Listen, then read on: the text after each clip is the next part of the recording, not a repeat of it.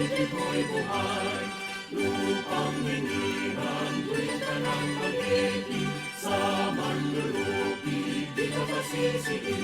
Sa nagkakatulog sa simoy at sa langit mong bagaw, ay nilagang tula at hawit sa paglayang minamahal.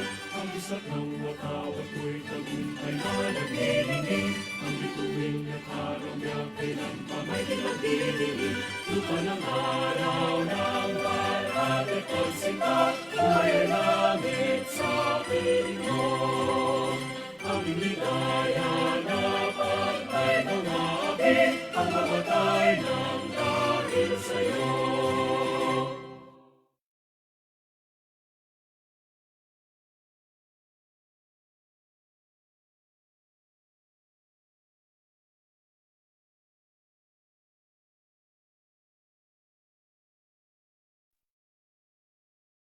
Good morning. Welcome to another edition of Manila Reads, an annual celebration of the life and works of some of our national artists for literature. In celebration of National Literature Month, with its theme of Culture of Unity, interrogating unity through literature. We'd like to acknowledge the support and sponsorship of the following: National Commission for Culture and the Arts, National Book Development Board, Komisyon ng Wikang Filipino in cooperation with the UP Institute of Creative Writing, Proverbsville School Incorporated, and the UP Visayas Division of Humanities. Friends and colleagues, today we will be listening to Angelo R. Lacuesta, esteemed novelist and fictionist, talking about the craft of national artist for literature, Francisco Arcellana. People would usually say Francisco Arcellana needs no introduction. The Mats, Divide by Two, The Yellow Shawl, Trilogy of Turtles. These are some of the titles he wrote. Some critics ascribe his memorability to his skill in rendering poetry into prose. Franz had a sense of family beyond the typical Filipino's inclusiveness. Leonard Casper said, "This is so clearly radiant in his iconic story, The Mats." Doreen Fernandez opined that Arcellana's contribution to the Philippine short story in English lies in its pushing the story to its poetic limit, loading it with so much lyricism that it verges on poetry on the one hand, and pushing it to its dramatic limit, loading it with so much dialogue that it verges on drama. His prose has musicality, its own sense of rhythm. Reading his work can be a cryptic experience, Jose Y. Delice Jr. said. You never really knew what he was telling you. You just knew that he was telling it differently, wonderfully, underwritten, incantatory, cerebral, visceral, meditative, a literal practice for revision through repetition, where each turn of phrase comes with a new way of looking at the characters and the stories they convey. Arcellana was born in 1916, entered UP Diliman as a pre-med student, published his first short story at 16, and was already in his 20s when the Second World War began. He wrote his socks off in the 1930s and late 1940s, and continued to blaze through until the end of the 1950s. Literary Apprentice, Graphic, Herald Midweek, Woman's World, Philippine Magazine, Sunday Tribune, Promenade, Philippine Collegian, Acta Medica Filipina, Philippine Review, People's Magazine, Philcross Magazine, Evening News Saturday Magazine, Sunday Times Magazine, Philippine Free Press, International News, This Week. These magazines and journals publish his stories, poetry, and essays. They were housed to his pen. Regrettably, majority of these publications no longer exist. They are part of our print history. Arcellana was a journalist, an advisor to the Philippine Collegian, UP's first public relations officer, its press director, one of the pioneers of art criticism, and also the first UP Creative Writing Center director. What was it like writing a story in a medium that had its own hounding and haunting, in terms of tradition, in terms of audience, and conquered consciousness. What is it like to reintroduce his excellent fiction to our current generation? Arcellana also knew some of the best writers in English of his generation: Manuel Argilia, Jose Gershabilia, Estrella Alfon, Manuel Viray, and V.M. Gonzalez, Nick Joaquin. Juanillo Arcellana said that many of these men and women are somewhat familiar names today, mostly dead, for whom English was a second language, but in which second language they probably dreamt in. In reading Arcellana, we would probably get a sense of how his time and space was like, being a living embodiment of that age, a literal chronotope as a human being. He did not just make friends with poets from his generation. He extended his grace to other writers in other languages. Alejandro G. Abadilla and Virgilio S. Almario are some of them. He was a beloved mentor to Jose Y. Dalisay Jr., Eric Gamalinda, Charleston Ong, Susan Lara, Gina Apostol, Jessica Zafra, Angelo Arda Cuesta, to name a few. He lived at a time when experimental writing was necessary. It always was, and he heeded its call by deciding to publish a magazine where all new expressions of narrativity were welcome. It was aptly called, you guessed it, Expression. He was also a founding member of the Veronicans. They were the pre-World War II generation of writers who chose English as their medium. He was also a poet. After the war, Arcellana wrote essays and columns, and one of them, Through a Glass Darkly, was the title. It referenced 1 Corinthians 13. For now we see through a glass darkly, but then face to face, now I know in part, but then I shall know, even as also I am known. Coming from the horse's mouth, Arcellana admitted that the project of his column was truth-telling, to try to speak plain what is not to be glimpsed plain. The dark glass part of his writing involves addressing what needed to be said about craft, about the contradictions of writing practice, about how to become more human as one becomes more immersed in art. Having that staggered, shattered sense of reality and realizations is truly a mark of Arcellana's writing. His index for great fiction can be gleaned from his commentary about Estrella Alfon, a contemporary. Great fiction is compelling, told with an urgency and reminiscent of tales told by an ancient mariner.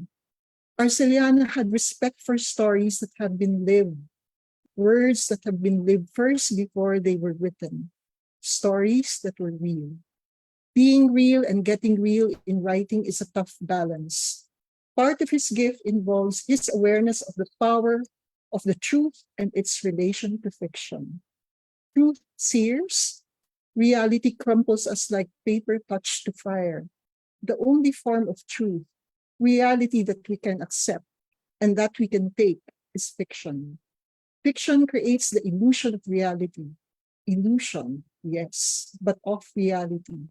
The truth that otherwise we cannot stand, the reality that we cannot bear to see, our truth and our reality are made bearable to us in fiction. We dare look without fear of petrifaction.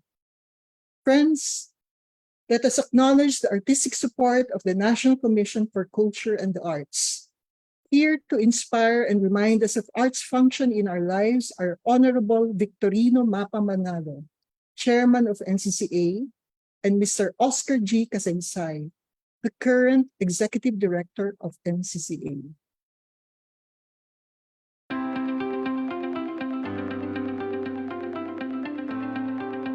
Tuwing Abril, ipinagdidiriwang ang buwan ng panitikan alinsunod sa proklamasyon bilang 968 na nilagdaan noong 2015. Ngayong taon, ang tema ay Kultura ng Pagkakaisa, Pagsisiyasat ng Pagkakaisa sa Pamamagitan ng Panitikan. Dahil sa panitikang Pilipino, naway mararamdaman natin na hindi tayo nag-iisa sa bawat pagsubok. bilang pambansang ahensya na nakatutok sa mga proyektong pangkultura at sining ng bansa, ang Pambansang Komisyon para sa Kultura at mga Sining ay nangangakong patuloy na magsusuporta sa mga manunulat at mambabasa ng bansa, kasama ng Komisyon sa Wikang Filipino at ang National Book Development Board. Inaanyayahan namin kayong lahat na patuloy na tangkilikin at basahin ang panitikang Pilipino. Tandaan natin na ang Pilipinong nagbabasa ay Pilipinong kayang umunawa at humarap sa mga hamon ng mundo. Maraming salamat po. Damo gid na salamat sa inyo na tanan. Halina't tuklasin ang kultura ng pagkakaisa sa pamagitan ng panitikan.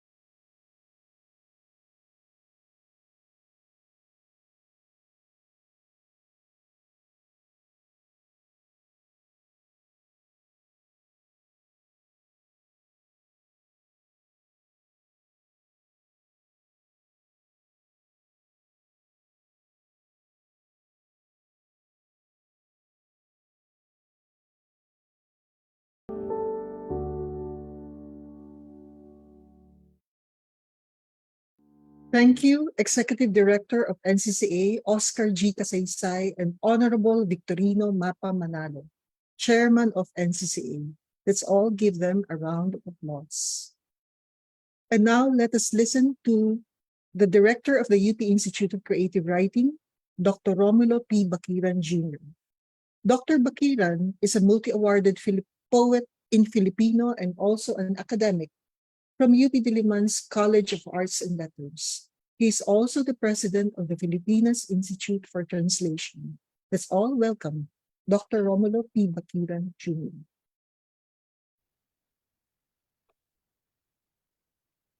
Good morning, everyone. I am Romulo P. Bakiran Jr., the director of the UP Institute of Creative Writing. We are glad to participate in this month-long celebration of literature, the National Literature Month, together with Proverbs Field School and the UP Visayas Division of Humanities, to pay tribute to one of our national artists in literature, Francisco Arcellana. We are also glad that we have been sponsored by the National Book Development Board, or NBDB, and the Commission sa Wikang Filipino, and of course, National Commission for Culture and the Arts. And we have invited one of Arcellana students, bright student, Angelo R. Lacuesta himself, a fictionist, to deliver a lecture, The Wing of Language, which Franz Arcellana, which we are doing now. And we are glad to present to the public, the young students, as teachers, and literature enthusiasts, to rediscover the stories of Francisco Arcellana. His characters are in dramatic situations before and during the war, and we are going back to a journey when these things have happened, expressed in poetic fiction. And we are glad to have with us also, as a reactor, Susan Severino as Lara herself, a fictionist too, and also our host, Professor Luna Sikat Cleto, who is also a short story writer. So we will have a very productive morning, I expect, wherein we can appreciate once again the stories of our national artist, Francisco Arcellana. Good morning, everyone. Maraming salamat po, Dr. Romulo P. Bakiran Jr., sa inyong napakainit na pagyakap sa ating panel sa araw na ito tungkol sa Manila Reads Arcellana. We will now listen to Angelo R. Lacuesta's lecture entitled The Wing of Language. Angelo R. Lacuesta, or Sarge to Friends and Colleagues, is a novelist and fiction in English. His first collection of stories, Life Before X and Other Stories, won the Madrigal Gonzalez Prize for Best First Book and the Manila Critics Circle Book Award. Anvil published two more collections in 2005 and 2009, mainly White Elephants, Stories, and Flames and Other Stories. His prolific and formidable reputation as a writer would be reinforced by the publication of 8 more books, the most recent being 2019's City Stories, and his second novel, Joy, published by Penguin Random House in 2022. Like Franz Arcellana, Sarge entered UP as an intramed student, but dropped out of med school and graduated in BS Biology in 1988. During that period, he became a student of Arcellana, and he realized he wanted to become a writer. He received numerous awards for his fiction, including Nick Joaquin Literary Award and the NVM Gonzalez Award, among others. Today, he is at the helm of PEN Philippines, one of the country's major literary organizations. Friends and colleagues, let us all welcome Angelo R. Lacuesta. Hi, everyone. So happy to be here. I'm a little bit scared, but to be among friends, to be scared among friends is one of the greatest blessings in life. Friends and fellow readers and writers, it is my absolute honor and privilege to be speaking with you today. The Wing of Language, Franz Arcellana. In Franz Arcellana's story, The Mats, written in 1938, the Angeles family lives in an unnamed city. 2 of the places the children's itinerant father, Jaime, have been to are named Mariveles and then Lopez, from where he takes the Bicol Express to bring home the bounty he has promised them by letter. After dinner and a cigar, he finally unfurls his pasalubong, one by one and ceremoniously. A sleeping mat for every member of the family, each hand embroidered with their name. For the children, there's also a figure woven into the mat that signifies their individual lives. For example, a lyre for Marcelina, who is a student of music, the staff of Esculapius for Antonio, who is a medical student. You are not to use these mats until you go to the university. Jaime lectures his children again and again. After all, besides his wife Emilia, there are 6 children to be bestowed upon. But after the ceremonious roll call, he produces 3 more mats for the children who are no longer with him. There was no symbol or device above the name, Franz writes, only a blank space, emptiness. The emptiness envelops the Angeles household and strangles them in a tight bundle of unfamiliar hurt, except for the father Jaime, who defiantly calls out the names of their dead children. This is for you, Josefina, and this is for you, Victoria, and this is for you, Concepcion.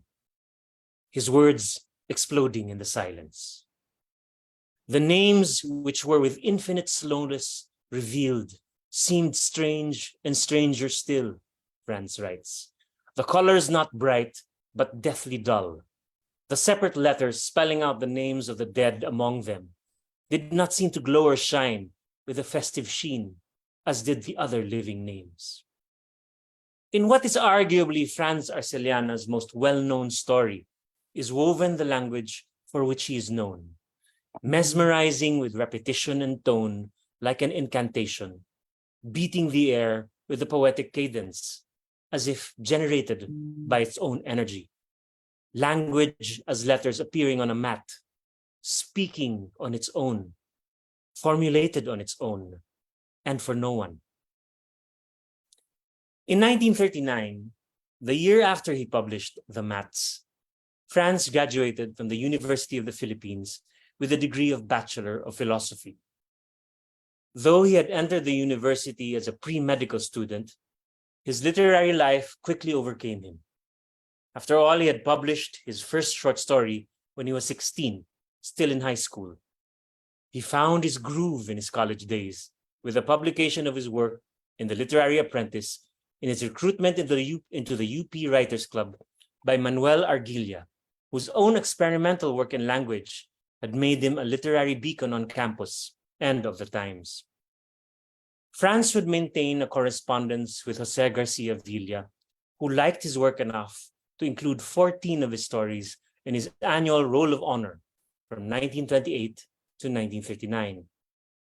Later, along with Cornelio Reyes and Lazaro Espinosa, who were his schoolmates at Torres High, Franz led a group called the Veronicans, a flock of writers and artists concerned with the avant-garde. The Veronicans named themselves after their intent to make their writing bear the imprint of the face of the Philippines, just as the cloth of Veronica bore the imprint of the face of Christ. Or so confesses Father Herbert Schneider, professor of the biblical studies at the Loyola School of Theology. Plausible, sure, but what is certain is that the Veronicans pushed through the middling crowd and created a courageous and transgressive imprint on the literary landscape. The Veronicans' 13-person membership included writers N.V.M. Gonzalez and Estrella D. Alfon and visual artist H.R. Ocampo. Hernando Ocampo sponsored the stencil print runs of their publication called Story Manuscripts, which the Veronicans sold in front of the PECO building in Escolta. Franz himself reports how the publications, early zines, if you will, earned much attention and even compelled other writers to form their own groups, such as the Ravens, who counted Adrian Cristobal, Alex Sufana, and Virgie Moreno among their members. The Veronicans wrote primarily in English and were considered to be on the bleeding edge of experimental writing. In the pre-war years, Filipino writing in English was very young. In fact, Franz is recognized as a pioneer in the modern Filipino short story in English. His fascination and concern over the short stories written by his fellow Filipinos is evident in his numerous columns detailing his appreciation for the regular trove of stories published in the magazines and journals at the time, where he describes in detail stories published by writers like Kerima Polotan, William J. Pomeroy, Esteban Javellana, Bienvenido Santos, and N.V.M. Gonzalez. But his stories stand quite apart. His particular love for innovation is clear not just in the structure and flow of his own work, but also in its very sonic signature. In Franz's writing, we see very little of the flat, regulated, and almost legislated signature, quote-unquote, American workshop style and structure that pervaded our literature in English at the time, and continues to do so, even in the market-driven language of our other arts. In many of his works, we feel his language before we understand it. We feel it as we hear it. We feel it as Filipinos.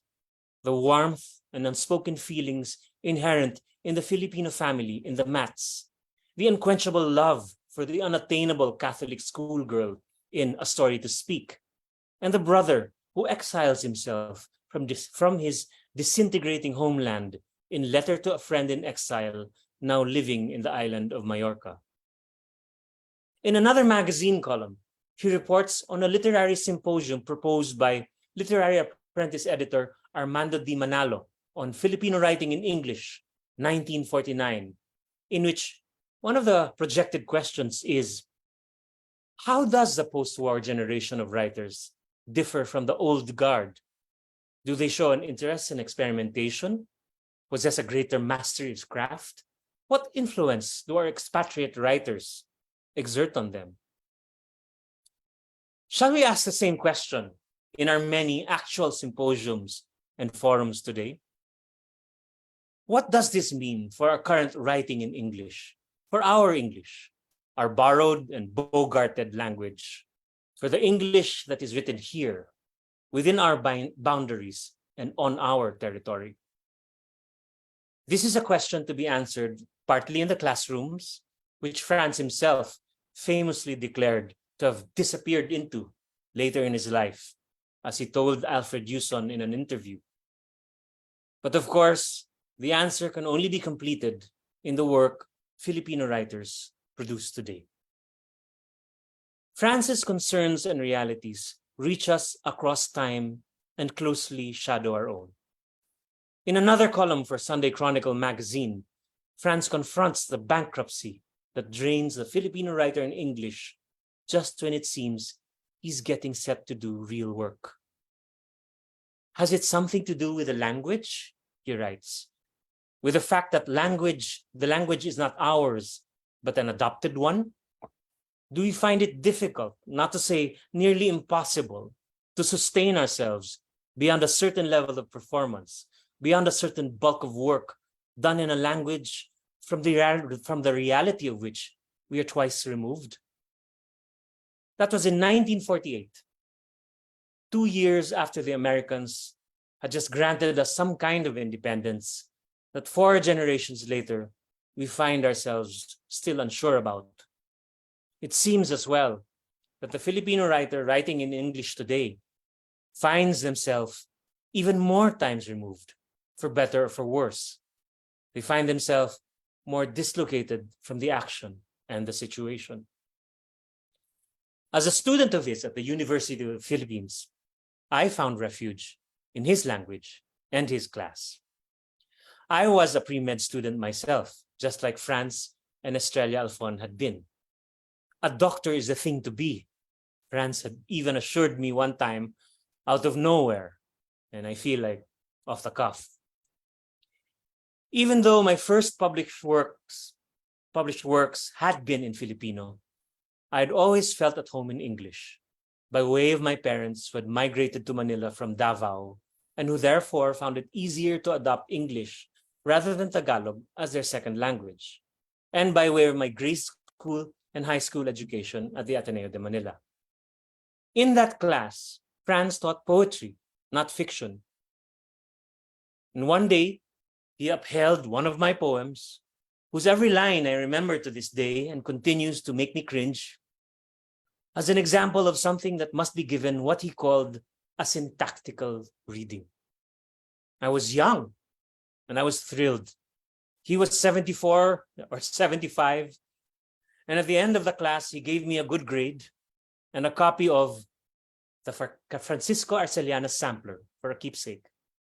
In its pages, I discovered that in 1934, when he was 18 years old, he published a story in Expression, Manuel Argilia's quarterly journal of experimental writing, called A Story to Speak, which begins, "And now all is well again, and I am writing again. After so long not writing, and now writing again, and now all is well again. And now writing again, but not falsely or fearingly or happily, but writing truly and bravely and very sadly again. I was so long not writing, and I was frightened, and I was very unhappy, so long not writing. But now all is well again, and I am writing again, and I am writing truly and bravely and very sadly again." It was the 18-year-old Franz that had given 20-year-old me, across time and space, a lesson in the syntactical possibilities in and of and caused by English. From a story he had written less than a decade after what is generally understood to be the first, quote-unquote, successful story in English, Paz Marquez Benitez's Dead Stars. "It is good to write," I said. Franz writes in A Story to Speak. And I thought how the flowing had stopped for good and forever, and how I had not been writing and everything ended. And there was a girl, and I said, and Amador said, "Was that Lita?" "No, not Lita," I said, "but Lina. Lina, she is my girl," I said. That was a lie. This was his English. This was Franz speak. This was his French. It was also somehow understood from the syntactical reading of A Story to Speak that Lina was a real girl and a real source of suffering in Franz's young life. It is she who is reciting the poem of Rizal in the story. It is she whom he cannot have. In fact, he wrote another entire story. He had written another entire story a year earlier in 1933 called Lina. "What I needed was the voice of her voice," he writes of Lina in A Story to Speak. "What I needed was the laughter of her laughter." Indeed, this was the language of his language. It tore into the heart of our English and brought it out into the light, refracted into a craft that was as personal as a name whispered into a mapmaker's ear and announced with impunity. The Manila of those pre-war days, too, was a place of impunity. I just click again on the slide so that the video plays. As a financial center and a globalized commercial hub, it summoned urban migrants to its gates and its enclaves. As a seat of the Commonwealth's capital, it commanded, or attempted to, the rest of the country in English. The first Filipino short stories were written here, even if their writers had mostly not been born here. First Filipino short stories in English. No? Manuel Argilia was from Ilocos. Estrella Alfon was from Cebu. Paz Marquez Benitez was from Lucena. It was Franz who was the local. Born in Santa Cruz, Manila in 1916 to Jose and Epifania. He was the fourth of 18 children, 6 of whom did not survive, whether it was because of the war or disease of their birth. He was bred in Gagalangin, Tondo, where he attended Torres High School and wrote for the official school paper, the Torres Torch. After the war years, he quickly picked up on his writing. He worked his way up from transcriber to bureau manager at the Manila Bureau of the International News Service. He wrote his way up from columnist to editor and finally to literary editor at This Week, the Sunday supplement of the Manila Chronicle. He began teaching at the University of the Philippines. He wrote a column called Art and Life that appeared weekly in Herald Midweek magazine. And then later on in the 1960s, a column in the Philippine Collegian called Memo Pad. Perhaps his best remembered work as a columnist is Through a Glass Darkly, a series written in 1949 for Sands and Coral, which his son, the poet Juanillo Arcellana, highlights for faithfully chronicling the intramurals and the tampuhan between artists and writers. Manila, therefore, reverberates in Franz's columns and stories. In The Wing of Madness 2, The Yellow Shawl, the setting of an apartment building may as well be the blueprint to the writer's soul, described in careful detail from the number of steps between floors to the precise placement of a large mirror in the vestibule of the apartment that the man enters, where he waits for his beloved to arrive. The man is confused by the mirror. For a fleeting moment, he thinks it is another man approaching him. He takes off only his shoes and lies in bed. He quickens at the sound of every car that passes on the street outside, and he rushes to the window when he finally arrives and exits the taxi, Hollywood style. Shoes first, and then the hem of her dress, and finally, that yellow shawl. It is Manila, 1953. The point of view shifts to the woman's, whose yellow shawl she has hung on the wall above the man. I can't get you out of my heart anymore. I can't unlove you, he tells her. The yellow shawl, now a trembling wing soaring over his image in the mirror, throws her back to 9 years before. Of the same shawl, then her mother's, in another room with another man, her father. Her mother has been taken away by the Japanese. Her violent suffering under their hands is only projected to the readers through the sound of her screams and through her father's helpless agony. The Yellow Shawl is a story of mirrors and images and the vivid wisp of pain that threads them, through quietly shifting its viewpoints and positions, all accomplished with a trick mirror of language that very few have mastered, like Franz had. When I pushed the door in, he writes in The Yellow Shawl, I saw in the wall facing me, even as the door swung open, another door opening, swinging outward where I stood, out in the hall before the apartment. The doors came to a standstill simultaneously. I noticed the man before the farther side of the inner door. I stood and waited. It seemed the man could sustain silence and stillness longer than I could. So I decided to call out to him. Before I did so, I stepped over the threshold. When I saw him stride through the inner door, the same time I crossed the threshold, I realized it was a mirror before me. The language reverberates in reality as well, much like in the startling mirror in that apartment vestibule. I remember someone reporting how Franz had shouted in the halls outside the headquarters of the Philippine Collegian, "The Americans are fucking us, and we fucking love it." That was quite rich, coming from someone who had enjoyed the benefits of a Rockefeller Foundation grant, undergone a fellowship in creative writing at the University of Iowa, and participated at the prestigious Bread Loaf Writers Conference, all plum prizes, and many have said, plums strung with strings and secret messages sponsored by the USA. In The Pride of Fiction, a lecture Franz delivered to the 8th Silliman University National Writers Workshop in 1969, he seems to be aware of such dark and complex mirrors in real life. The truth that otherwise we cannot stand, the reality that we cannot bear to see, our truth and our reality are made bearable to us in fiction. We dare look without fear of petrification. For another literary occasion, he writes, "For man can only betray himself. He cannot betray language.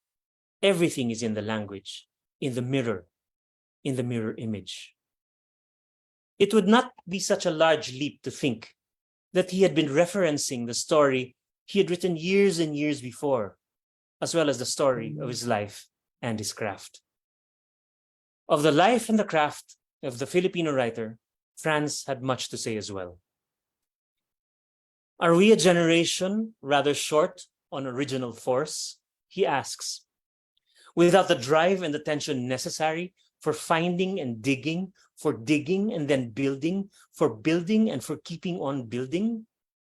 He makes reason after compelling reason for this weakening. A man falls into the commonplace of marriage, family life, fatherhood. Does this mean that his goose is cooked or his star is down? Does this mean that his creative life is done with and over?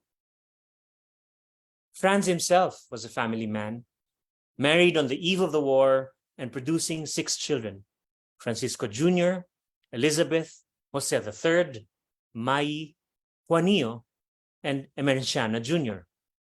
I remember visiting him at his home on Maginhawa Street, listening to him talk about his family, surrounded by the clutter and the clatter of everyday households. But I also remember him suddenly standing up at the UP Writers' Workshop and pronouncing repeatedly, "We are not obliged," in response to someone saying something. Not obliged to do what exactly? Not obliged to pause and explain our silence? Not obliged to just justify? The question has long been forgotten, but Franz's non-compliance continues to be urgently learned and respected. And I believe that it must be expected of the Filipino writer today. No, he writes, he has not given up, not in his secret heart of hearts. He's only biding his time. He's really working toward a time when he shall be free to do all the writing that he feels he has in him to do. He's only priming himself for that time. And when that time comes, hey, they will sit up and take notice. Just watch his smoke. I wonder what that smoke's made of, but what remains despite everything that has happened to us and is still and will happen is the compulsion to write. When something happens to me, Franz said in an interview, I can't go on and start hitting people. So what will I do? I go sit down and write.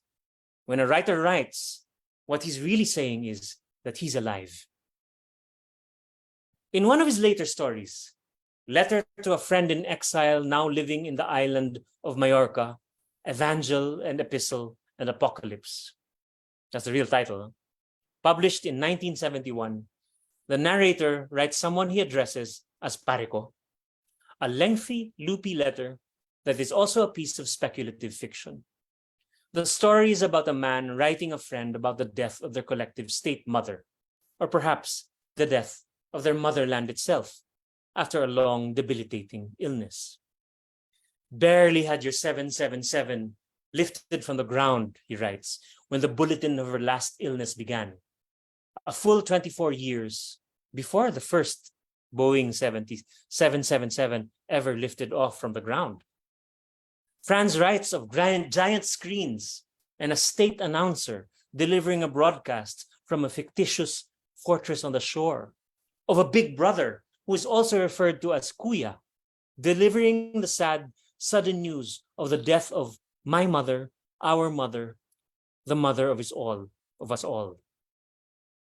Ang ina ko, ang ina natin, ang ina ng bayan. Franz also writes in the same story, in Filipino this time.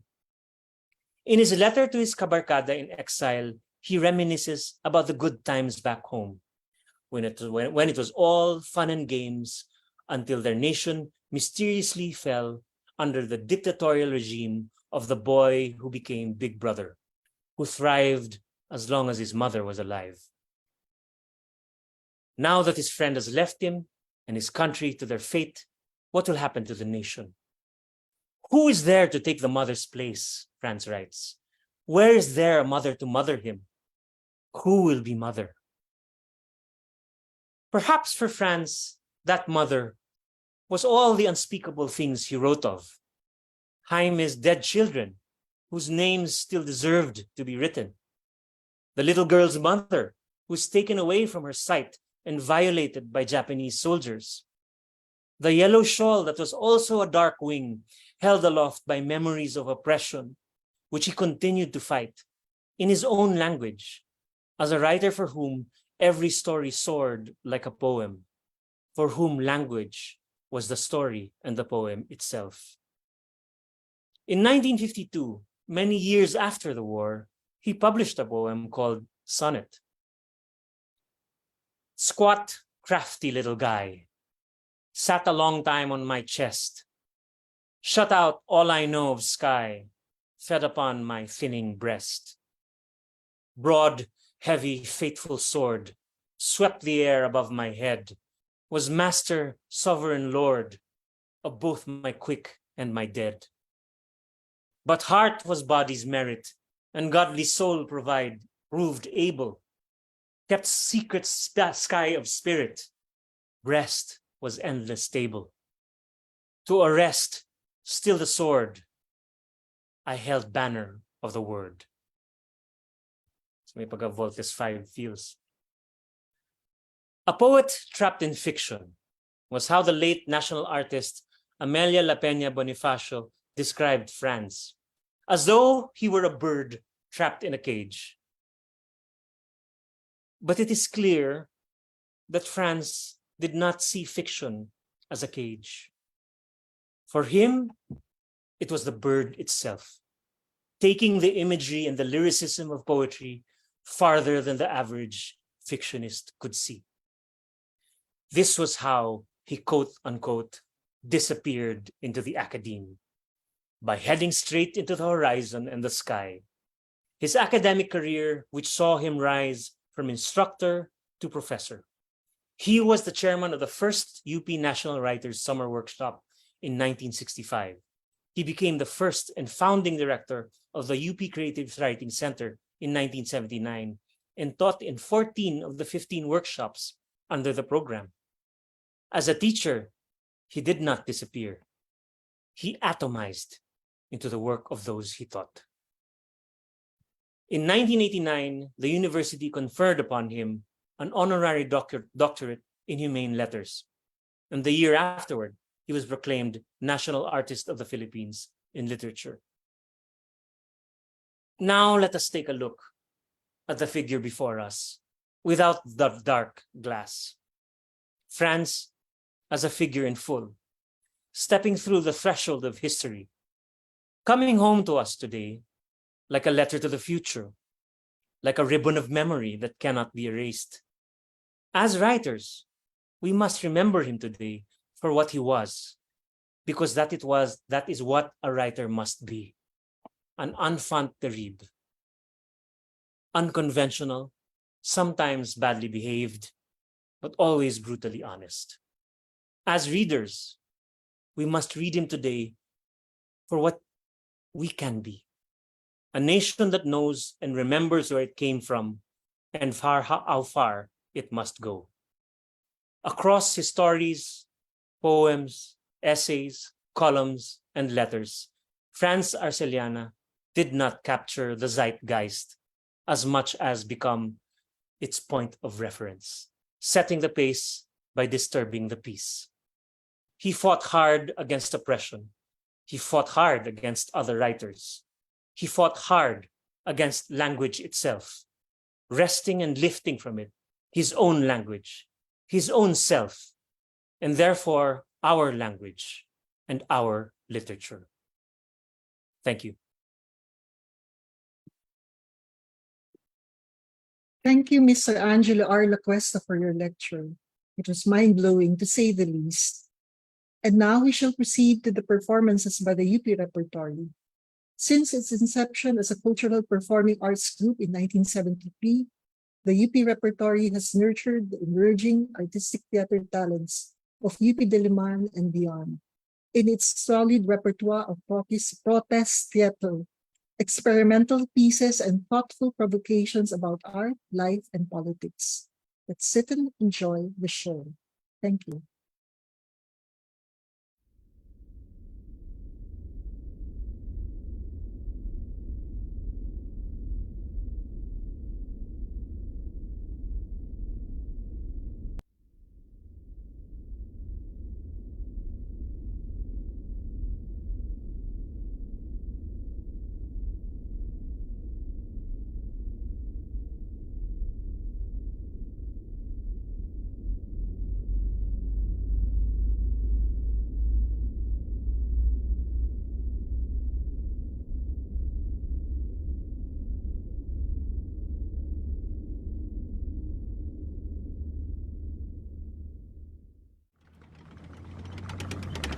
Filipinos killed in the intensive artillery fire by the Japs.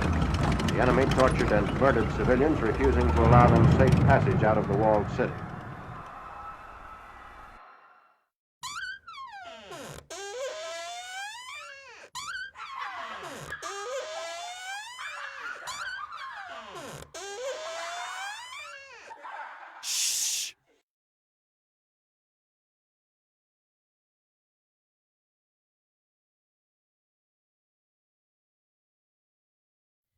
This, I believe, is yours, Miling.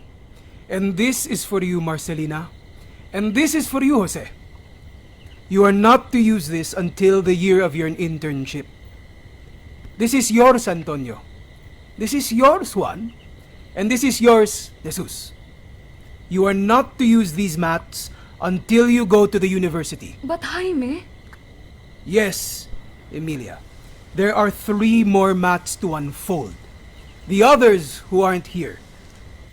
Nana Emilia caught her breath. There was a swift constriction in her throat. Her face paled and she could not say anything. The self-centered talk of the children also died. There was a silence as Mr. Angeles picked up the first of the remaining mats and began slowly unfolding it. The mat was almost as austere in design as Mr. Angeles' own, and it had a name. There was no symbol or device above the name, only a blank space, emptiness. The children knew the name, but somehow the name, the letters spelling the name, seemed strange to them. And then Nana Emilia found her voice. You know, Jaime, you didn't have to. You didn't have to. Do you think I had forgotten? Do you think I had forgotten them? Do you think I could forget them? This is for you, Josefina. And this is for you, Victoria. And this is for you, Concepcion. Don't, Jaime. Please don't. Is it fair to forget them? Would it be just to disregard them?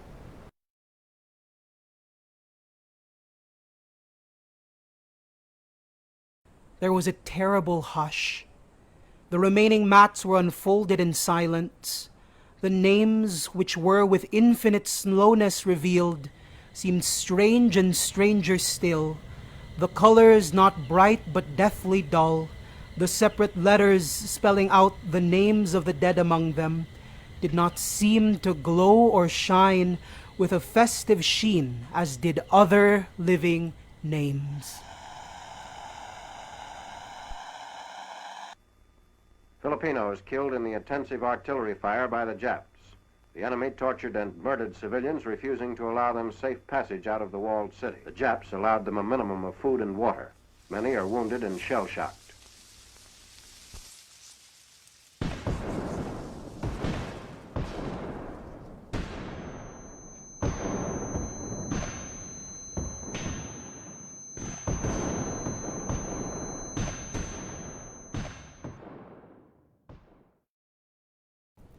She tried to sleep, but couldn't sleep. She told her father, then her mother, that she couldn't sleep. They sat on the cot beside her to lull her to sleep. The light was too bright. The room was big and strange. Then the Japanese returned. Her mother stood up, stooped and kissed her, told her to be a good girl and sleep, and left with the Japanese. She looked at the shawl on the peg high up on the wall beside the shut door. Then her father told her to go to sleep. She heard her mother scream. It was so loud she thought her mother was back in the room with them. Suddenly, her father was no longer beside her, but pacing up and down the middle of the room from the window to the wall. Every time her father crossed the room, she saw how the shawl beat like a wing in the garish light above his head. Her mother stopped screaming, and her father stopped pacing and stood still and tense and waiting. Her mother screamed again, and her father fell to pacing the floor once more, and every time he crossed the room, he walked beneath her mother's shawl that hovered like a wing above him. Her mother stopped screaming, and her father stopped pacing and stood transfixed and tense, waiting. Her mother screamed again, and her father, released, lurched up and down the enormous room again. The screams came and went, grew fainter and fainter, and then the child couldn't hear them anymore. Her father stood beneath the shawl that brooded like a wing over him, still and tense and waiting, but the screams didn't come again. The child stared, sleepless, at her father, petrified beneath the yellow shawl. She saw her father sway and rock. She saw his incredibly coherent face break and crumble. The child didn't even start the sound of the animal cry that tore savagely through her father's body and throat. She watched her father fold and fall. She heard him whimper. Her eyes were wild and wide upon her father's body, broken beneath the shadow of the yellow shawl when the Japanese came and carried her father's body away. She felt very wide awake. Her sleepless eyes hurt and felt very dry. She blinked her wakeful eyes long and hard, many times trying to make tears come, but the tears wouldn't come no matter how hard and how long she tried.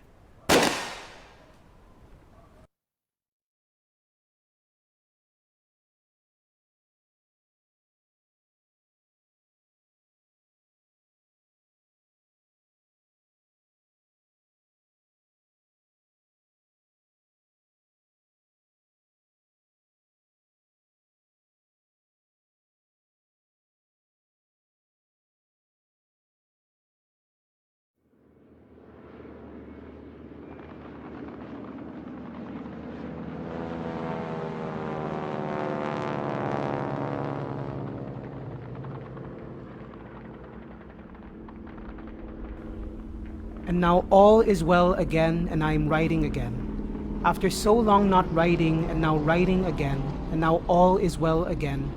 And now writing again, but not falsely or fearingly or happily, but writing truly and bravely and very sadly again. I was so long not writing, and I was frightened, and I was very unhappy, so long not writing, but now all is well again. And I am writing again, and I am writing truly and bravely and very sadly again. What happened for my not writing so long was this. The last thing I wrote was something entitled Lena, and that was a very long time ago. I did not know why they took her away and placed her in a convent school to study so far away, and I wanted to cry against them and shout in their faces, "What shall become of me? What shall become of me?" That was the end, and that stopped the flowing, and I did not write again, and there was no one to write a story to speak to. And I was going on without writing, and I was crying against them who had taken her away and placed her in a school very far away, and her leaving and my writing about it afterwards and after. Not writing, the flowing stopped for good, and forever and everything ended. One day I said, I shall go and see Lena's convent school, and there will be the flowing again, and I shall start writing again, and all will be well again. And I was going on without writing, and I was wondering how long I was going on without writing, because there was no Lena to write a story to speak to. And I was wondering if there was really no use trying to get someone to write a story to speak to. And I was wondering if everything was really ended. But now, everything is all right, and I'm writing again. What happened was this. There was a program in homage to Rizal, and there were many people, and there were many speeches, and a lot of singing and playing on the piano. But now, everything is all right again, and I am writing again. What happened was this. There was a program in homage to Rizal. There were many people, and there were many speeches, and there were a lot of singing and playing on the piano. I was with many people listening about Rizal, And there was a woman whom I saw vaguely in my mind recited a poem of Rizal. She recited the poem in Spanish as it was written by Rizal. It was a good poem.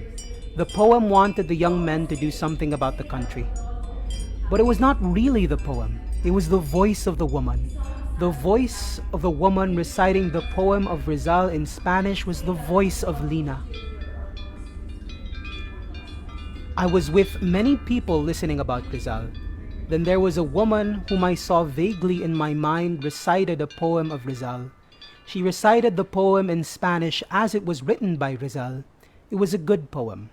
The poem wanted the young men to do something about the country. But it was not really the poem. It was the voice of the woman. The voice reciting the poem of Rizal in Spanish was the voice of Lina. Then it started to rain, and the voice did not stop but went on bravely with Rizal's message. The voicing of the S and the sound of the rain, a peculiar gesture with the lips, was Lina's. This is Lina speaking.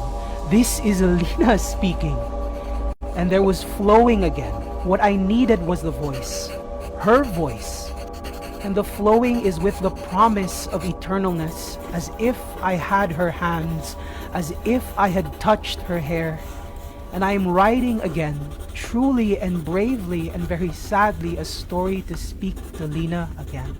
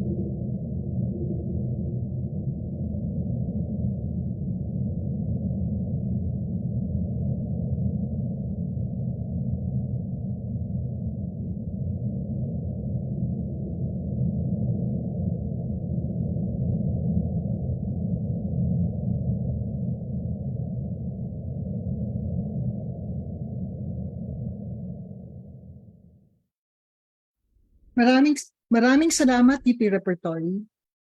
For now, we shall listen to Miss Susan Lara, who will be the reactor for Angelo R. Lacuesta's The Wing of Language. Miss Susan Lara is a multi-awarded fictionist and author. She is a child of Urbistondo, Pangasinan and Silay City, and also Dumaguete, as advisor and artistic collaborator for the Silliman Writers Workshop. Her fiction has been described by Edith L. Tiempo as a felicitous rendering of absence as presence, and where the absence is total and the presence so pervasive. The ideal reader, I guess, for Arcellana's work and criticism. Friends and colleagues, let us now listen to her thoughts about The Wing of Language by Angelo R. Lacuesta. Thank you. Thank you, Luna. And thank you, Luna. Thank you, Sarge. Thank you. And Repertory, my goodness. Sarge, that was exquisite. And Repertory, my goodness, that was heartbreaking and exquisite too at the same time. I am honored to be here. Like Sarge, I was and still am a student of Franz. Franz was my first teacher in fiction writing. It was an elective. because my area of concentration was comparative literature, not creative writing. At that time, it was called imaginative writing. Franz seldom gave prescriptive advice as a teacher of fiction. Most of the time, he told stories, and from the stories he told us, we learned how to tell stories. One of the first things he told us was to read and read and read some more. He shared the story of a writer he knew who refused to read other authors because he didn't want to be influenced by them. He wanted to be original. But far from being original, he kept churning out stories that had already been told in better ways by other authors. And so his stories kept getting rejected. He also told us to dare to stare, eavesdrop. Your mother told you not to? Well, defy her. He believed that nothing written may not be rewritten. And once it is written, it has to be rewritten. He couldn't stress enough the importance of writing or revising, and often told the story of Dylan Thomas, who in his last moments could not let go of a poem and kept saying, there is something bloody wrong with this line. I learned the most important lesson from him after the first story I submitted to him was taken up in class. It was not well received, and it was a blow to my young, fragile ego. Later that day, I made the first of many visits to room 1074 at the faculty center. I confessed that I felt dejected, discouraged, and wondered if it was worth it for me to persist. He said, look, you have a story. Only you know that story. Only you can write it the way you do. What if you die tomorrow? Then the world will forever be ignorant of what you know, and you will forever be responsible for that ignorance.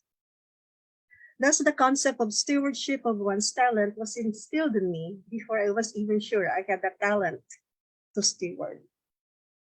So while I started to write because I had to complete my electives, I have continued writing because I must. That word, must, has to be taken in both senses. In its sense, as compulsion, because I just can't imagine myself not writing, and in its sense as duty, the duty to honor a gift. By the time I attended the UP National Writers Workshop, I had already known Franz for several years.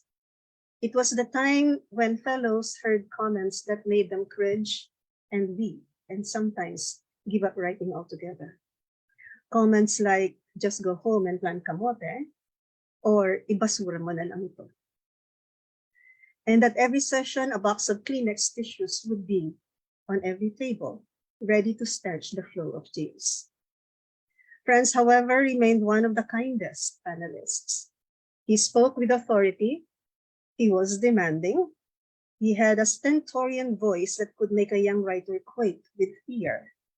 But he knew the power of words, how they could inspire or dishearten, fire up dreams or douse them with disparagement.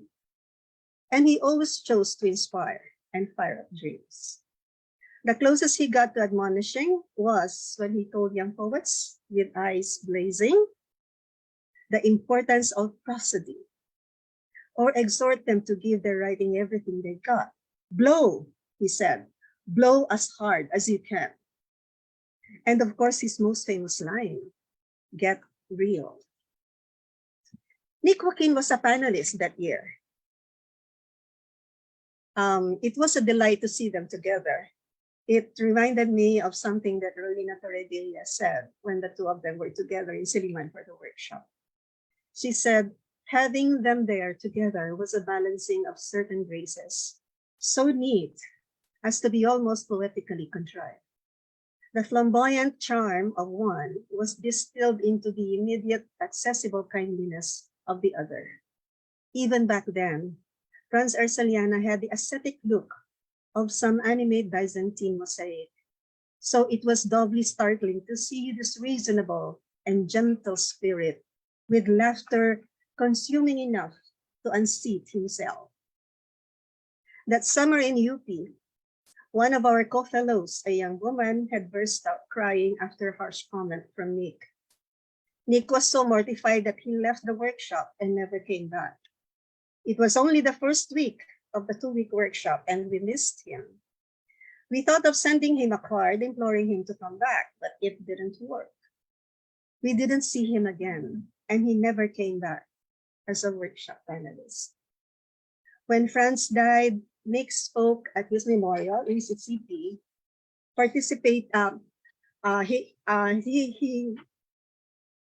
He asked Franz, and shared the unfortunate incident. Okay, he said, "When I stopped participating in the UP writing workshop," Franz asked why. "I explained that a very young girl had burst into tears when I penned her verses, and not all my apologies could stop her heartbreaking sobbing. And I said to Franz, not all the poetry in the world is worth the tears of a child." And Franz said something like, "Literature is worth all the tears in the world, whether the tears be childish or adult." Nick was quick to say that Franz was not hard-hearted. He was kind and compassionate, but certainly never maudlin. On September 9, 2016, the University of the Philippines held a tribute for Franz on the occasion of his centennial. It was an all-day affair, starting with an exhibit in the morning and concluding with a dinner and reading in the UP Executive House. That day, many stories were told about the man who loved telling stories. 2 stories stood out for me that day. First was Grace Montederamos's account. It was martial law. It was still martial law. And 2 well-respected senior writers served as the dictator's emissaries, offering the National Artist Award to Franz on a silver platter, on condition that he would spearhead the Writers for Marcos movement. Of course, Franz vehemently refused. Grace quoted him as saying, "I will outlive Marcos." And he did. What's more, he did become national artist under the Cory Aquino administration, going through the rigorous selection process and with no strings attached. The second story was told by Crip Yuson about the time he bumped into Franz in the campus. It had just rained, and Franz was walking slowly, his hand on his shirt pocket, tapping it gently. Crip said, "What do you have there, Franz?" Franz said, "A little bird. I found it on the sidewalk. Its wings are wet and it can't fly. So I'm keeping it warm until its wings are dry and it can fly again." It was an act of compassion and kindness from a man who wrote about a fearsome bird in the wing of madness. A huge bird, black, ugly, hateful, with huge, powerful wings, obscene yellow talons, lewd red blood beak, and an awful stench.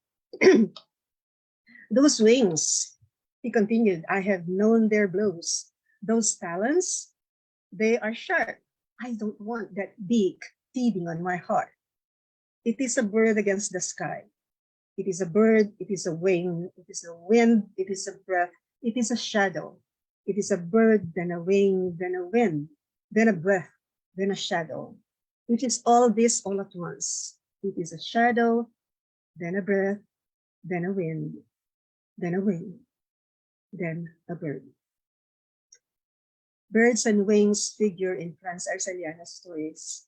They can hurt the birds themselves, and even just the mirror image of a representation of a wing, like the yellow shawl that looks like yellow wings, still hurt the daughter of a victim of Japanese soldiers. But Franz himself used his wings to transport us, his readers, to to other places, other times, even to the minds, hearts, and souls of other beings.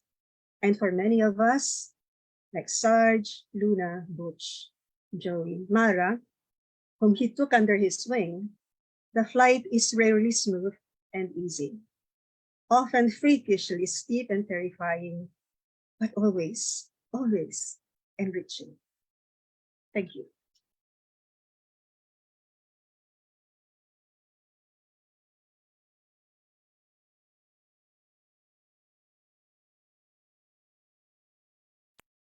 Thank you, Susan, for that wonderful reaction for Sarge Lacuesta's lecture. The floor is now open for all questions from the audience. If I may I request that kindly state your name and affiliation before you declare your question. Thank you.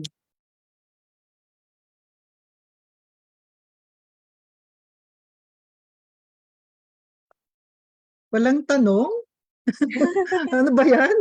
Takot pa rin sila kay Franz hanggang ngayon. Oo nga. Oo nga. Well, I cannot play teacher inside the classroom doing the roll call. So maybe I'll just begin with, I hope it's a provocative question. So a while ago, Sarge, you mentioned that you reminded us that we are living in the now and that English as a language or a medium to write in has long been in use. So what do you think is a challenge for writers in English right now at this very moment in the Philippines? Thanks, Luna. And also thanks, Sue, for your reaction. Regarding English,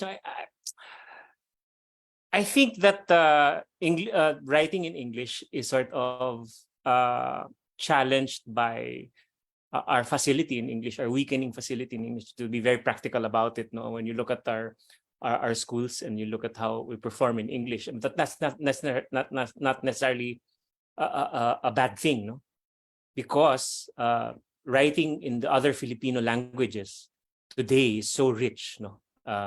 Not just writing, but also translation into other languages. So it's really exciting to see, no, other Filipino languages or Filipino languages other than English, no, become richer. No? And I suppose also that our writing in English, whether yung contemporary writing in English natin or previous generations writing like Francis, no, have fed into, no, our writing in Filipino also, and in Cebuano, in Hiligaynon. No? The scene is now so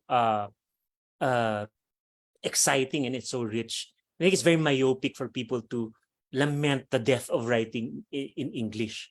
However, as a writer who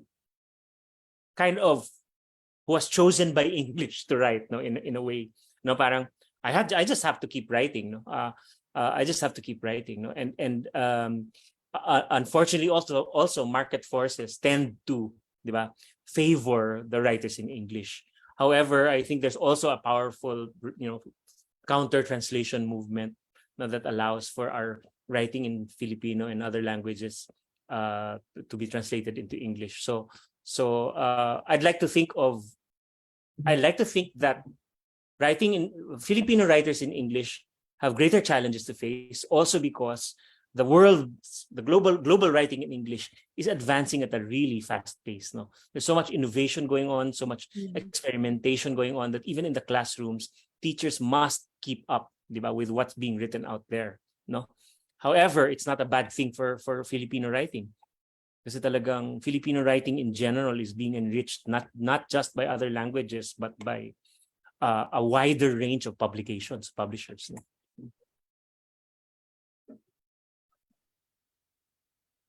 Have you discovered the use of AI yourself? And if this so, is written by AI. No, not really. No. And I tried actually asking ChatGPT to write in the style of Franz Arcellana, no, and It couldn't. So there's still hope. Really? Yes. So that means hindi his style of writing cannot be atomized This by kind of writing the cannot be atomized into the cloud or into the singularity, no. So I think, yes. but I did mean what I said. Parang it's atomized in the sense that you don't even recognize it in how we write. Right. But yung this is how experimental writing, especially, no insinuates Yes. itself into the way we innovate our writing and the way we create better writing, no. Speaking very clinically about it, no. Kasi the only way writing can engage contemporary audiences or audiences that continue to evolve is to become experimental, may level of experimentation and innovation. If you're going to write in the same old vein, diba, it's going to be bookshelved in that same old vein, diba? Right. And it won't really atomize itself into new writing, diba? Right. Oo. Yeah. I love that choice of word kasi atomize, di ba? And nakikita doon yung scientific background mo and that you were once a pre-med student and I saw also the way you autopsied Arcellana's background, the circles that he was in, and how he, yung sarili ba niya, paano niya ginamit ng maigi ang kanyang talent. Hindi lang para sa sarili niya, kundi para rin sa maraming writers. I guess even up to now, di ba, nakikita natin yung kanyang influence in writing. May trivial question daw. Kung gusto daw itanong sa mga speakers. Sige, Rona, ano yun?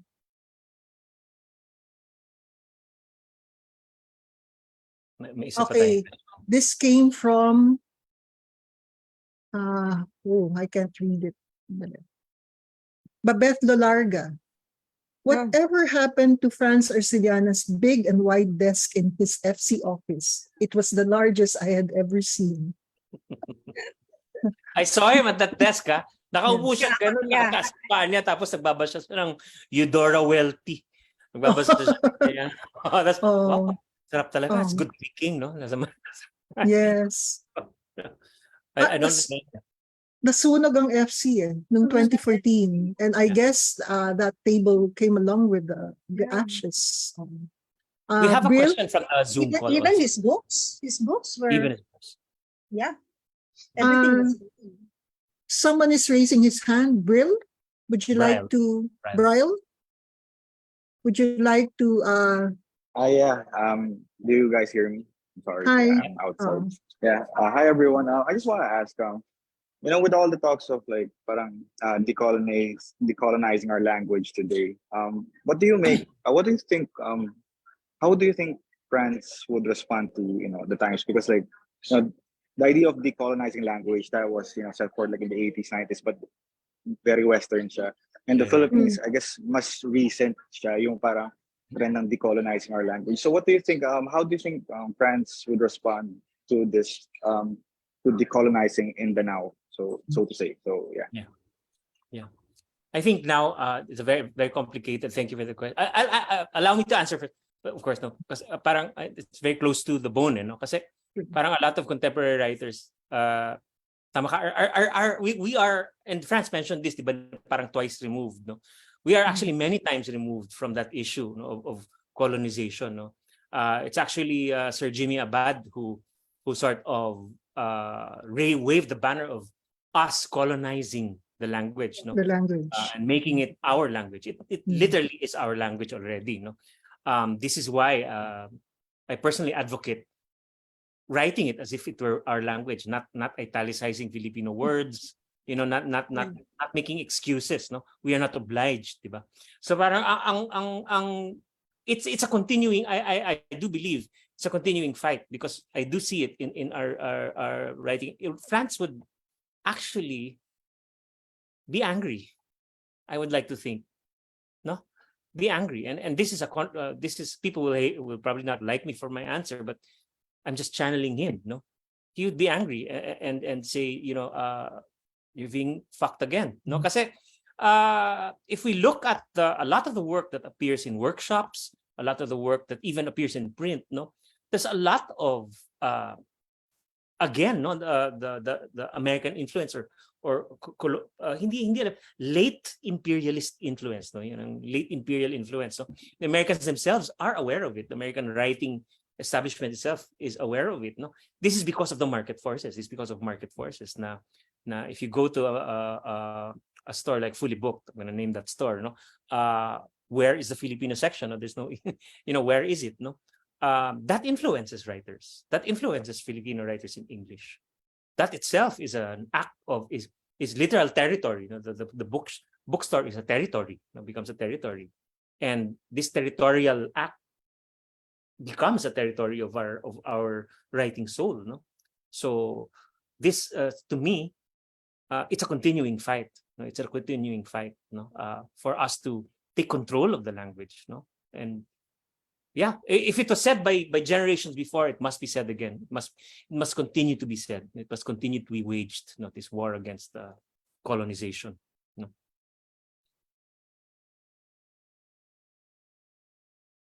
There was another question on the Zoom and one more on the. Yes. I think it was Sean Benedict de Vera. What was one of the primary reasons you decided to pursue a career as a writer? Second, what motivates you to? Is it for me or like for Franz? Second, what motivates you to continue? Primary reasons I decided to pursue a career as a writer. Alam mo, talagang you have no choice. No, parang I'm gonna take a look. I'm gonna look back at all the writers who started out as pre-med students. No, not just Franz and Estrella Alfon. No, Lo Fonte is a doctor who chooses to write. Chingby Cruz was intermed student, I think intermed, no? Larry Ipil. Yes. Larry Ipil was a med student. Oh, Larry Ipil, Ron Baticulon, di ba? Ang dami, no? Ang dami, no? Yeah, and of course, oh my God, please forgive me if I forget, no? But there are so many writers currently na choosing to be writers, no?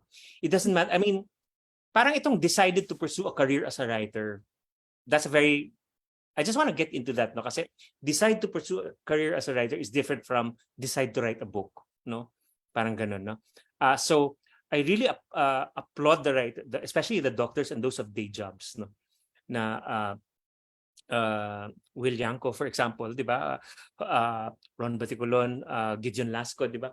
These are the I mean, sila, they did not just want to pursue a career as a writer, they also have their current careers.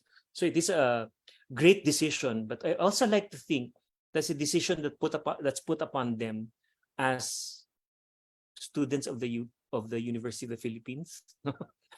Number one, or as Filipinos, kasi talagang if you have the facility such as Will Yanko, Gideon Lasco, and Ron Baticulon, and other people have day jobs. If you have the facility and you have that kind of milieu, you have no choice but to become a writer. No, it's a revolution. It's parang what made you choose to join the revolution? Parang ganun, ano?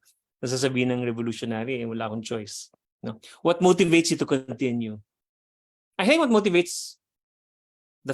what should motivate the Filipino writer to continue is, first of all, there has to be a Filipino voice, no, in the world, no, and writing is one of our voices. Cinema is another voice, diba? For example, theater, music, diba? Writing is one of our voices, and I'd like to think that this motivation, it's part of building a nation, diba? Building a cultural voice. No, this is all we have. No, we don't have a military voice. We don't have a financial, an economic voice. But this is one of the tools we have, no? And I'm going to hark back also to English. This is one of the tools that was given us, and we're going to use it. We have to use it. No? This is what motivates me. Do you think the writer by now is being taken seriously by the state and other forces, material forces that we have? Good. Parang I hope, diba? But I also hope not, for the sake of the writer, or for the sake of the writer in peril, diba? Or the writer under threat, no? But the writer must be taken seriously by the state But I also want to say that the writer must take the state seriously, and confront it when it should be confronted, defend other writers. In fact, one of the things that one of the very physical and practical things that I think writers can and should do is to cause policy change, toward the creative industries, toward teaching and writing, toward writing, teaching na lang in our vernacular, that is a cause that is worth writing about, and it's the writer's cause. It's a writer's cause, actually, primarily.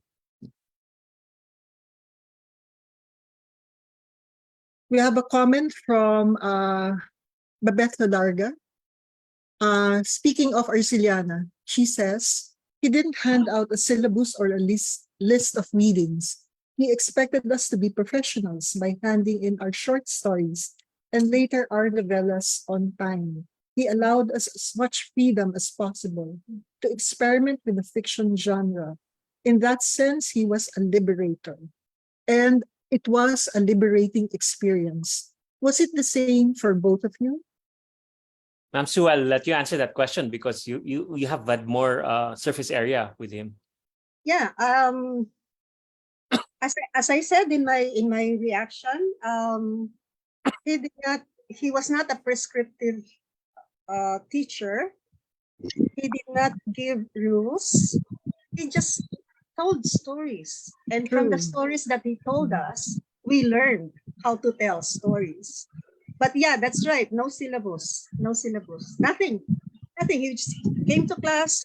He would tell stories. And if somebody submitted a short story, he would take up the story. He would give it to us. He would give us copies, and we would take it up in a workshop the next day. But that's just it. I mean, and he gave us freedom. There's another question from Caroline. Aside from musicality, subtlety, and restraint, which were characteristic of Sir Franz's work, any writers you can recommend who wrote with a similar handling of sensitive subjects and how they applied restraint? Anecdote, can you share, Sergeant Susan? That came from Caroline. I don't know about restraint, no? Kasi parang si Franz, hindi ko alam kung may restraint. Oh, really? Yeah, and thanks for speaking up because I let's have a conversation on it. Kasi parang Sige, please. Caroline. Sorry, Susan, kasi narinig ko, I hope it's okay, you're just hearing my voice, you're not seeing me. Yes, that's okay. But yes, now that you mentioned it, kasi ang dating sa akin, yung handling, ganon, even if you know that he's talking about big ideas and feelings and, really tragic stories, but the sense I'm getting is the way it's told. It's what I'm referring to when I mentioned imagistic subtlety. Yes. Alam mo yung sinasabi niya, yung hindi niya sinasabi, pero sinasabi niya. Sinisigaw pa nga niya. Yeah. Yun yung ibig ko sabihin. So your thoughts on that? I get what you mean. Parang sa Wing of Madness, no, na hindi niya sinasabi na nire-rape yung nanay niya. Yes. Diba? Naririnig lang. Correct. And you're really trying to guess ano bang ginagawa. And you just have to go further. He's restraining himself, but he's really pushing you hard. Diba? Really pushing you hard. I get what you mean. That kind of restraint is like... And you can really see that skill. That's what I'm asking for. I mean, I'm sure you guys have read much more than we have. Anyone listening here, I'm going to admit to that. That's why siguro I reread and reread Sir to be able to, and Susan knows this because I attended one of the workshops that she was panelist for. Yeah. And now in this venue, I appreciate also na talagang estudyante kayo at kitang-kita rin sa pagsusulat nyo. No? So yung siguro yung gusto naming ma-imbibe na yun. Sino yung sinasabi nyong magandang basahin aside from Sir Franz that we've read repeatedly? Which other voices have you read that you can share with us perhaps? I want to mention a book that was a writer that is young and who I really love for his restraint. No, may talagang imagistic John Bengan, no, who just released a new book called John Bengan. John Bengan. No, he employs a lot of restraint, and the storytelling is very Filipino. No, that's a very rare. Actually, ang Pinoy kasi hindi restrained. No? Ang Pinoy hindi restrained. No, talagang, di ba, pag makikita mo yan pag may namatay, di ba, yung talagang, di ba, wag mo ko iiwan, para sorry na, talagang ganun, di ba? Pero pag western yung or pag high end yung libing, pagandahan lang ng shades, walang nagsasalita, di ba? So ang point lang is yes, John Peng is one of them, and actually I would like to say that restraint is such a core element of literary work that for me it's a criterion, no? Criterion of literary work. So I would say that kaya ko sinabi si John Beng, and if you read, I would think any of the, not gonna say awarded, but any of the writers who are roundly parang considered good, no? There's going to be restraint. Yes, go ahead, please. Luis got my turn. Yes. Absolutely, Luis, yes. Can I also share just recently a batchmate from the UP National Writers Workshop launched his book. I don't know if you've heard about him, Blaise Gacoskos. I'd like to share his writing is along those lines. Syempre, hindi ko na i-spoil for you, but it's Kites in the Night. It's a different kind of piece. It's a composite novel. But I think the same handling. This was published by the Ateneo Press naman. Mhm. I've read some of Blaise's work from back when I was at Free Press, yes, or recently, but not that book. So I look forward to reading it. Nice. Thank you. Thank you. And thank you both also for the Luna and everybody. This is a wonderfully put together event. I'd like to hats off to you guys, and the way you told the stories of Franz, parang namimiss ko talaga siya lalo. Alam mo yun, nakakamiss. Actually, sa Franz, parang hindi ko na-realize. So parang, when he talks, he's kind of, di ba, parang mystical. Pero pag binasa mo siya aloud, nakakaiyak. Maiiyak ka. As in, maiiyak talaga. Ganun ang, niya, yan ang power ng incantation, di ba? Yeah. Thank you again, both. Thank you so much. Pwede bang sumingit doon? Are you admirers of Gregorio Brillantes? Oh, wow. Ang husay niya. Yes, Yun ang subtle. Oh my God. Grabe yan si Grego. Yeah. Ano yan, parang ano yan. Sila, ano yan. Restrained lang ang kanyang publishing. Nainis lang ako. Totoo. Restrained ang production niya. No, he stops himself. No, but he's had this novel that has not been in the works for a long time. No, kinento na nga niya sa akin, pero hindi pa niya ginagawa, nilalabas. So I'm really. Pwede pa isa, Luna? Ha? Pwede pa isa? Sige, why not? Marami pang, there's still much time. You can still ask questions. Siguro, kung meron kayong anecdote, no, you've mentioned a number of authors, but maybe if you can also illustrate to people listening by way of story, what anecdote can you share that could probably illustrate the point on subtlety or restraint? I remember a story that Sir Dalisay mentioned before in class, that the way you tell it is, imagine a boy and a girl, diba? In a moment of parting, they don't talk about those words. They don't drop the lines. But you will see the tenderness from the way the girl would touch the guy's, kicks a tip hat, for example, or put a tie in place. Parang ganon. Siguro, inyo lang, because you're both storytellers. And we are on this platform that allows us to illustrate, and yet with words, being the storytellers that you are, and by way of sharing some of the stories that have touched you most, maybe if you could share a few lines with us that you remember by heart.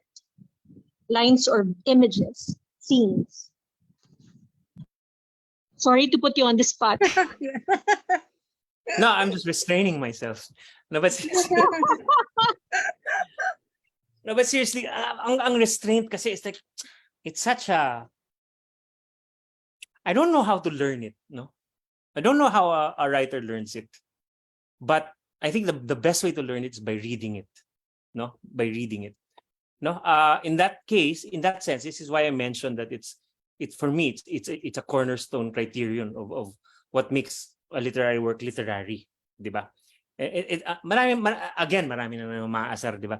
Pero parang for me it's what makes it's part of depth, no? Restraint is part of depth. Yeah. But it's very difficult to handle eh. Kasi the other side of restraint is that the fact that there's something you're restraining. Diba? I'll give you an example of si NVM, no? NVM, who I never met actually, no? Kasi he was teaching and I was not in the academy then. He had read one of my early stories, earlier underlined. Kasi sabi niya, hindi niya nagustuhan. Sabi niya, I like the, I like, there's a labyrinth, but there's no minotaur, no?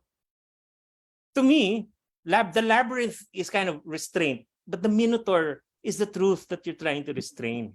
Diba? Yeah. So, restraint requires something to restrain. And I think that's the difficult part of restraint. Diba? And that truth for me, that minotaur is the great, that's what the yellow shawl stands for. Diba? Yes. Di mo alam eh. Ano yun? Pain? A memory? Ano yun? What is it? Is it like a physical thing? Hindi mo na alam. And this ineffable thing, this is what you're trying to restrain.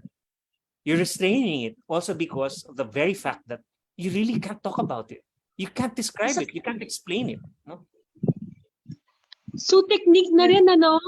Susan Lahat and yun. Sarge, it's really the technique of, like you pointed out, metaphor, which is really rich in poetry, and yet in fiction, it could also apply the same way. Yeah. Everything magic applies of to everything. Yeah. metaphor. Oo.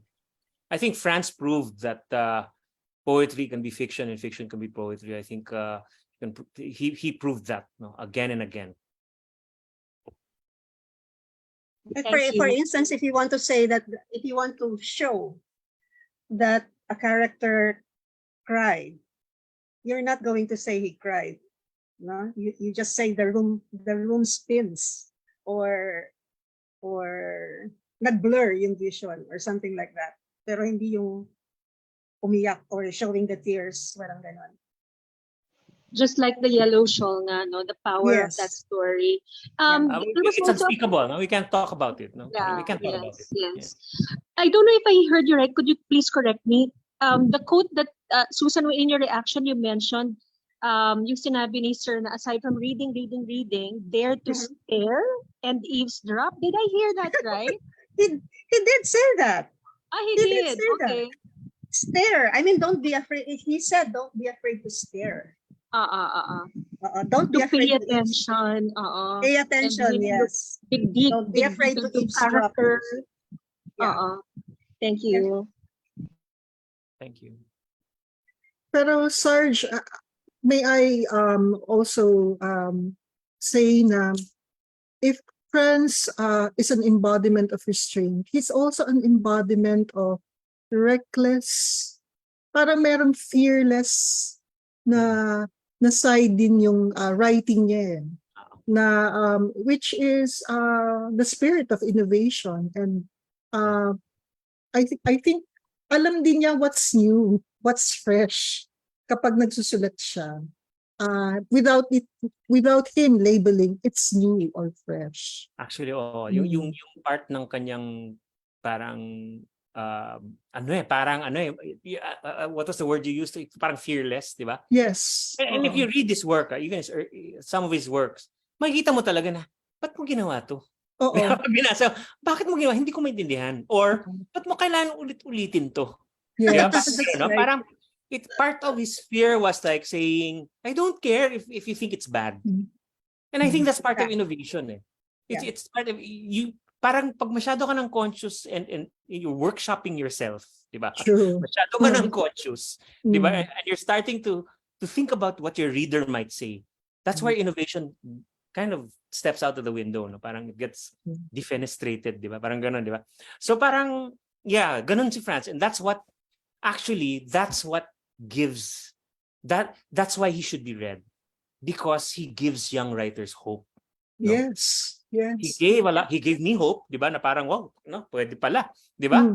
One class, di ba? In a very packed 48 unit, di ba? Parang whatever course, di ba? So parang, I think in fearlessness, and that's what we need more, di ba? Na parang, not necessarily better work, no? But more fearless work, more bad work. Sige, okay, let's say more bad work, di ba? Yeah. But also preserving the literary, I just want to say also, the literary consciousness. No? instead of a commercial consciousness, di ba? Na I'm fearless, gagawin kong walang plot itong pelikula ko, di ba? Parang hindi ganoon, parang, di ba?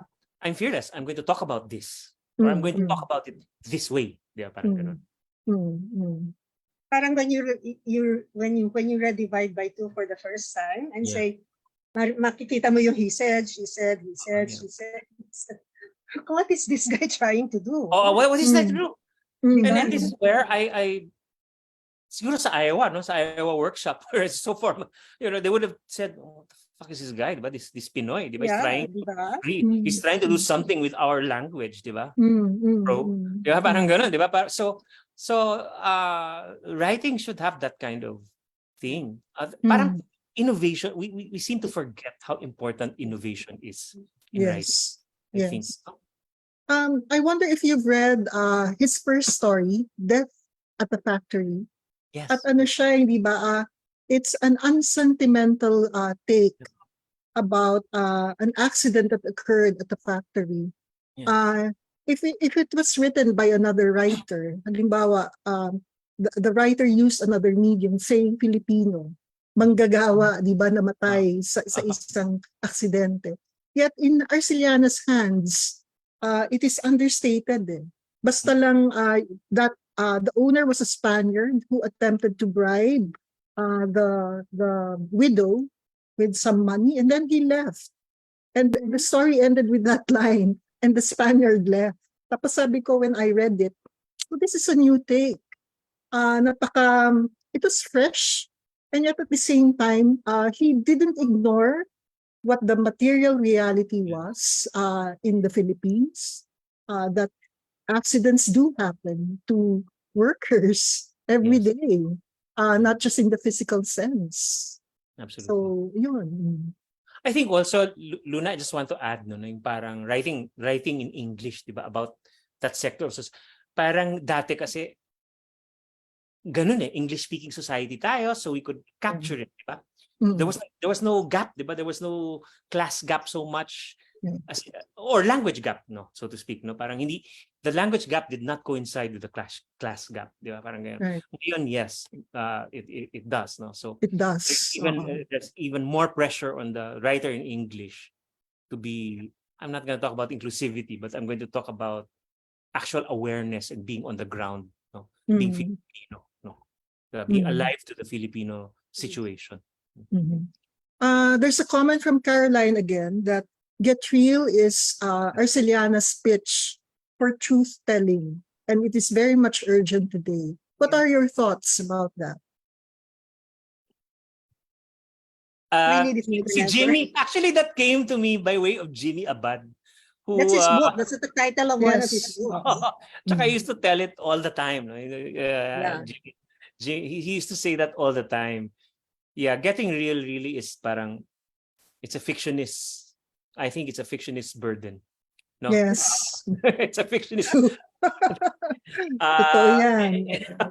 It's a fictionist burden, and this is one of the things that young fictionists need to really deal with reality and face it. No, I just want to say this because I've had the pleasure and the honor of, reading a lot of young work, so workshops, mga stuff like that. No, people who submit work, diba? To me as an editor, diba? And a lot of them are not real.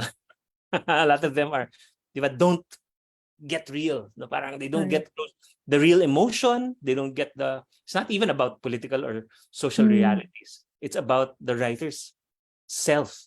No, I think Franz also meant it that way. No, he was always real. No?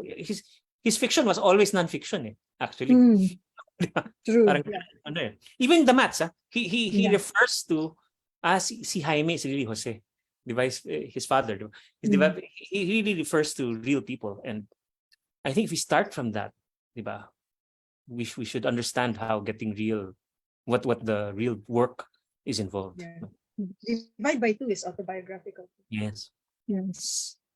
I guess that ends our open discussion about Francisco Arcellana's works and Sarge Lecture's The Wing of Language. In his poem, Prayer, Arcellana said, close all open things, Lord, and open all closed things. We'd like to invoke that very same sentiment to our conversation today.